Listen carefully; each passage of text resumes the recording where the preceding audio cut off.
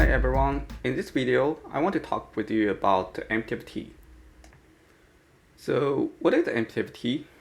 It is a method on enumerable class and it returns an empty of the enumerable of T. Here are some common usage. You return enumerable.empty of string directly, or on the second usage, it checks if int list is null. If it is, return enumerable.empty of integer. Otherwise, it will just return int list. At this moment, you might be wondering, why do we need it? In other words, why don't we directly return null if it is null? Or can we create our own empty list instance instead? If you ask me, my answer on this is yes, you can. But it is not as good as using empty of T because it stabilizes the code and makes it cleaner and easier to read. Just like the other videos in this series, let me show you some examples based on real code I encountered to describe it. Here we are looking at a unit test. Please treat this as any consumer code. On line 13, it creates an animal provider. Line 14 tries to get the animals. Starting from line 15 could be treated as once the animals are returned, we're going to post-process it. Out of all these lines, did you find the line 40 outstanding? Why do we need to protect the get animals from null? What will happen if we forget to do that? To answer these questions, let's take a look at the implementation of get animals. As you can see, in get animals, there's a half chance to return null. And this directly leads to the issue that each of the caller need to handle null case. And to make it worse, only half the chance will return null. Does that mean the code is going to be working 50% of the time if the callee forget to handle null? Unfortunately, that's not how the math works here. We're going to end up having a code base that is unstable and the issue happens only half of the time and it's difficult to debugging and all those kinds of a mess.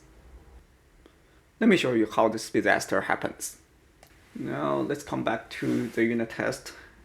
I'm going to create another caller that just forget to do the null check.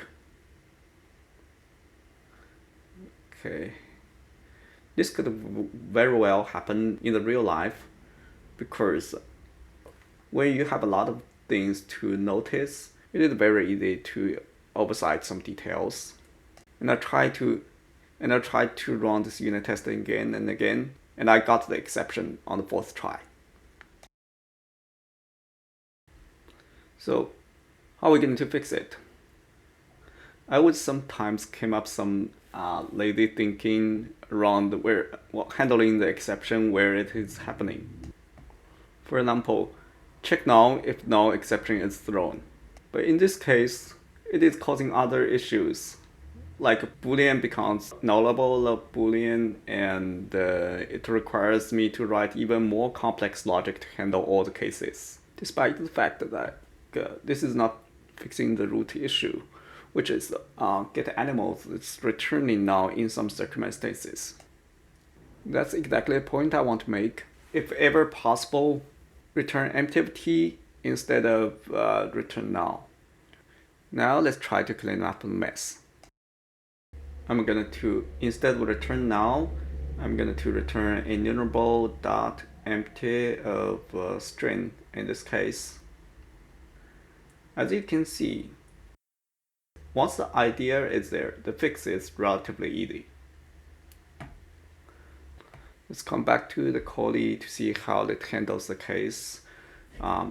Get animals going to return enumerable of animals, or well, it will give an enumerable of empty. In any case, null will not be returned. And this is exactly what we want, a simple solution that handles the complex case without needing us to pay attention to every single details in the code. So let me repeat myself again. Return empty of T instead of null, always. That will make your code stable and easy to read. However, there's always a however. We need to deal with existing code, existing external libraries, and all kinds of other situations that empty of T is not guaranteed. And since they might be existing code, they might be third-party library, you just cannot go ahead and update the code there.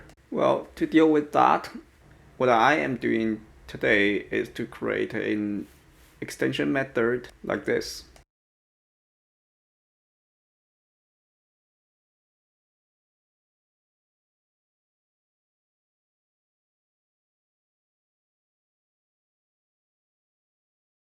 This extension method allows me to take in any IEnumerable. When it's not null, it returns the IEnumerable by itself. But when it is null, it will return empty of T. To use it, just call it on any IEnumerable.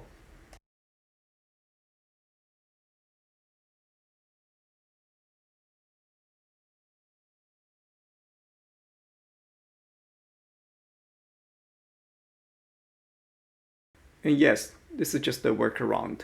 It doesn't solve the problem on the source, where null could still be happening and the callee have to remember to call it. But at least the code doesn't look that awkward. A quick recap. Empty of T helps avoid null handling of the callers. It will stabilize the code and makes it cleaner and easier to read. I highly recommend you always return empty of T whenever it fits.